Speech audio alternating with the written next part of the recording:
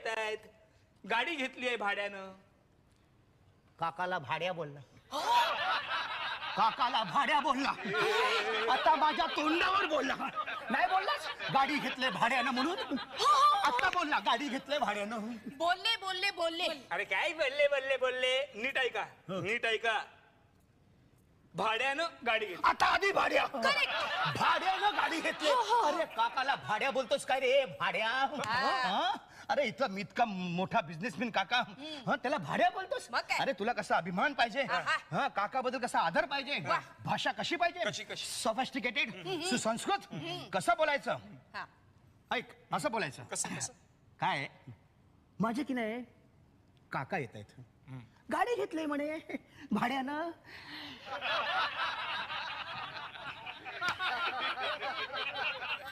शब्दच तसा त्याला मी काय करणार?